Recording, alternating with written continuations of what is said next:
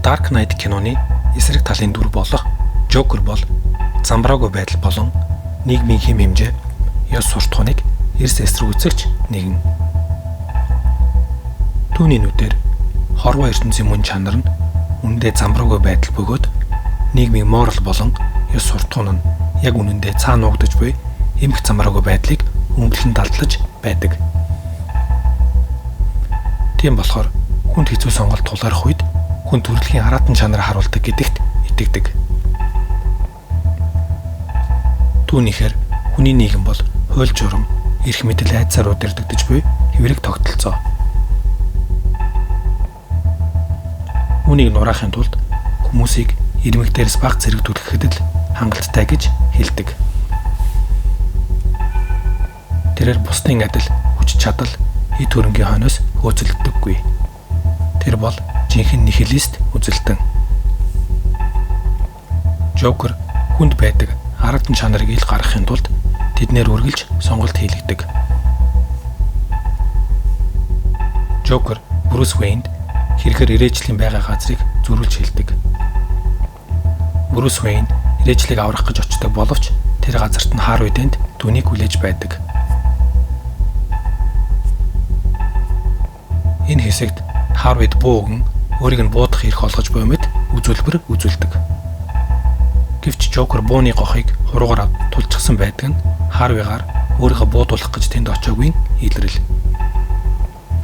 Харин Harvey өөрийгөө сонголт хийж байна гэж итгэсэн байдаг. Хэрвээ аль нэг хөлөг онгоцон дээрх хүмүүс түүний хүсснийг хийхгүй тохиолдолд Joker аль нэг хөлөг онгоцыг дэлбэлж үлдсэн онгоцон дээрх хүмүүсийг буруутан мэт харуулахыг зорддог.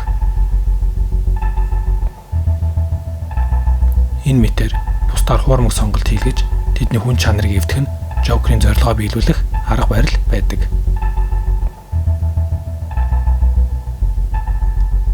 Эхний удаад Bruce Wayne Joker-т хуурцсандаа харамсан цаашид юу хийхээ мэдэхгүй цөхөрч орхидог. Joker-ийн хүсснээр бол Bruce Wayne тэр мөчөөс эхлэн өөр хүн болж хуурах ёстой байдаг. Азар Bruce Wayne Joker-ийн залим ихэнд хуурдлахгүй өөрийн итгэл үнэмшилтэд бат зогсож чадсанаар Joker-ыг алхад нэг алхам ойртдог. Хөлөг онгоцон дээрх зорчигчдын хувьд мөн ялхааг үзвэл хүлээж байдаг.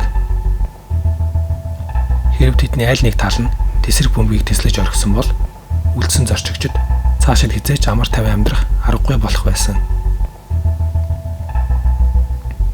Азар Bruce Wayne Joker-ыг зогсоосноор тэд өөрсдийн хүн чанараа хадгалж үлдэж чаддаг. Кинонд Joker-т сэтгэл зүйн хувьд ялагддаг ганц хүн бол Harvey Dent. Тэрээр Rachel тохиолдсон остоос болж Joker-ийн хүссний дагуу өөр хүн болж хуурж эхэлдэг. Хүний дотор талд муу чанар заавал агуулгаддаг.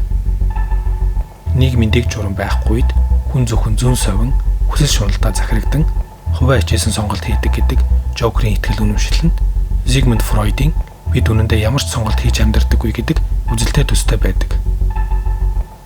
Freud хэлэхдээ ямар ч хүн ихэнх тохиолдолд сонголт хийдэггүй.